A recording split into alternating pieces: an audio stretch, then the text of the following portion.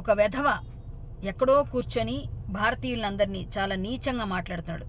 ఆ వెధవ పైన ఈరోజు ఉదయం నుంచి కష్టపడి ఇన్ని పేపర్లతో కంప్లైంట్ ఇచ్చి ఈరోజు ఇదిగోండి ఎక్నాలజ్మెంట్ తెచ్చుకున్నాను. రేపు ఉదయాన్నే ఎఫ్ఐఆర్ కూడా వస్తుంది. వాడికి బుద్ధి రావాలంటే మనందరం చేయాల్సిన పని ఏంటో తెలుసా?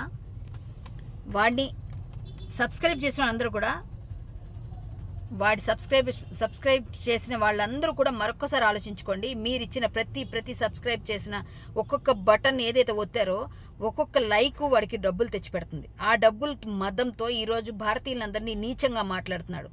భారతదేశాన్ని తప్పు పడుతున్నాడు. వెధవ కాబట్టి అలా మాట్లాడుతున్నాడు. ఒక శివాజీ గారిని చంపాలని మాట్లాడుతున్నాడు, రెచ్చగొడుతున్నాడు. హిందూ ముస్లిం గొడవలు రెచ్చగొడుతున్నాడు. అంతేకాకుండా గోమాతని అలాగే మేకల్ని కుక్కల్ని కూడా భారతీయులు రేప్ చేశారంటున్నారు. అందులోని హిందువులే చేశారని చెప్తున్నాడు. ఇంత నీచంగా మాట్లాడుతున్న వాడికి రూపాయి ఇస్తున్నారు. 2.5 మిలియన్ సబ్స్క్రైబర్సా? 2.5 మిలియన్ సబ్స్క్రైబర్సా వాడికి? అంతమంది సబ్స్క్రైబర్స్ ఇచ్చింది కూడా మనమే. ప్రతి రూపాయి కూడా వాడికి వస్తుంది భారతదేశం నుంచి. మళ్ళీ అదే భారతదేశం నుంచి తెలుగు వాళ్ళ నుంచి వస్తుంది. వేరే భాష మాట్లాడట్లేదు వాడు.